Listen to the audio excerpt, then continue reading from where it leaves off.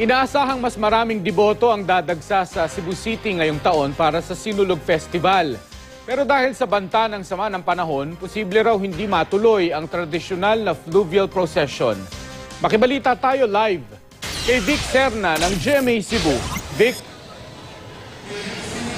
Mark, mahigit 20 sasakyang pandagat ang nakakuha ng special permit para makilahok sa idadaos na fluvial procession ngayong Sabado para sa piyesta ni Senyor Santo Niño dito sa Cebu.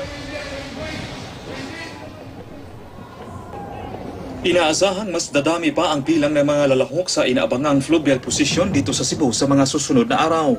Pero nilinaw ng simbahan na hindi nila ipipilit na matuloy ang fluvial procession sakaling matuloy ang inaasahang bagyo.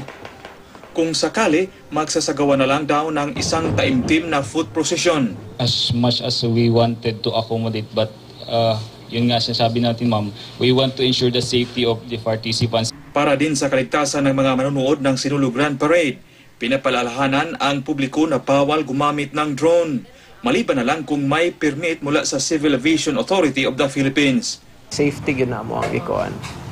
So kana kung para ng sinulog, crowded bang gina siya, so discouraged yun na mo. I-mention na namong fly zone ang sinulog.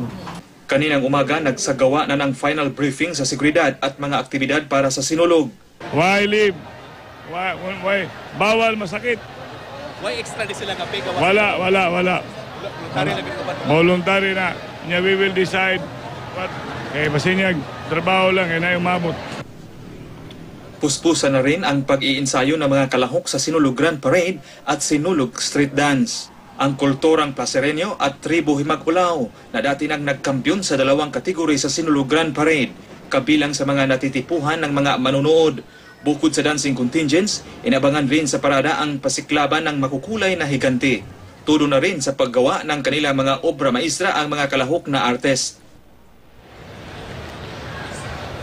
Sa aking likuran, ito ang stage ng Cebu City Sports Complex kung saan gagawin ang showdown ng Sinulog ngayong linggo. Samantalang nagawa ng reblakang isang contingent. Galing po ito sa Lanao del Norte. Ito po ang Tribo Kasagingan.